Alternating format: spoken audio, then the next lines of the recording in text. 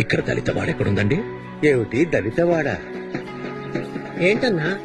బ్రాహ్మణుని ఎదిరించడానికి వచ్చాడనుకున్నాం గాని ఈయన పద్ధతి చూస్తుంటే శూద్రులు దళితులు ఒక్కటిగా ఉండాలని చెప్పేలా ఉన్నాడే.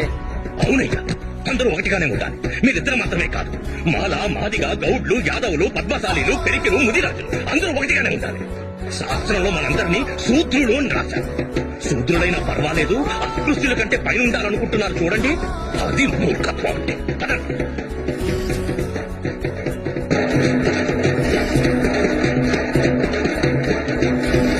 ముందు డప్పు కొట్టడం ఆపండి. అయ్యా, ఇది దేవుడిచ్చిన వృత్తి అండి. దేవుడిచ్చిన వృత్త చూసారా? రెట్టబలి శ్రీనివాసన్ వీళ్ళని అలా మోసం చేస్తున్నారు. ఇది మాత్రమే కాదయ్యా, దేవుడు కరుణకు ప్రతిరూపం అని కూడా నేర్పించారయ్యా. దేవుడు కరుణకి ప్రతిరూపమైతే ఇక్కడ మీకు జరుగుతున్న అన్యాయాలన్నిటికీ ఓ పెద్ద భూకంపం సృష్టించి ప్రపంచాన్ని అంతం చేసి ఉంటారు. మీకు కావలసింది ఆత్మవిశ్వాసం.